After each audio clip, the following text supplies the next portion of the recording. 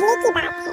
विजयनगर राज्य में एक निर्धन किसान के यहाँ एक सुंदर पुत्र का जन्म होता है, जिसके दाएं हाथ में एक सुंदर आकृति बनी होती है। बड़े ही सुंदर पुत्र को जन्म दिया है तेरी बहू ने। जी दादा, जा पंडित जी को बुला ला, तेरे पुत्र का नामकरण कर जाएंगे। जी रामू दादा। इतना सुन किसान पंडित जी को बुलाने के लिए चल देता है और पंडित के घर पहुंचकर, पंडित जी।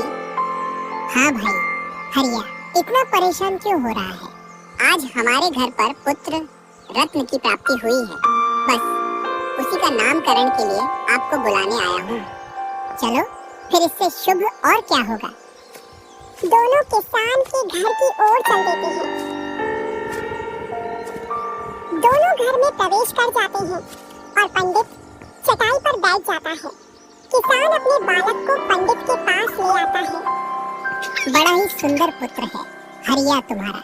इसका राशि का नाम राज है, क्योंकि जब यह 18 वर्ष का हो जाएगा तब इसका विवाह राजकुमारी से होगा।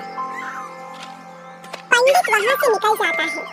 गांव में इस बात की बहुत चर्चा होती है कि हरिया के लड़के का विवाह 18 वर्ष की उम्र में राजकुमारी से होगी। लेकिन गांव के लोगों को पंडित की इस बात पर विश्वास नहीं होता है।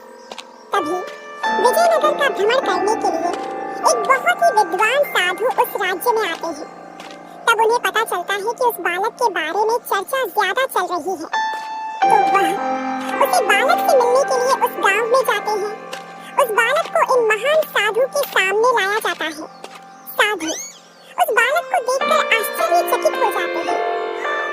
जो इस बालक के बारे में पंडित जी ने बोला था वह अटल सत्य है। इस बालक का विवाह राजकुमारी से ही होगा।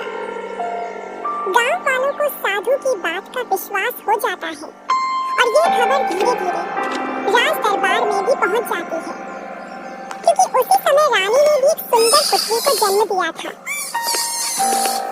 महाराज की जय हो।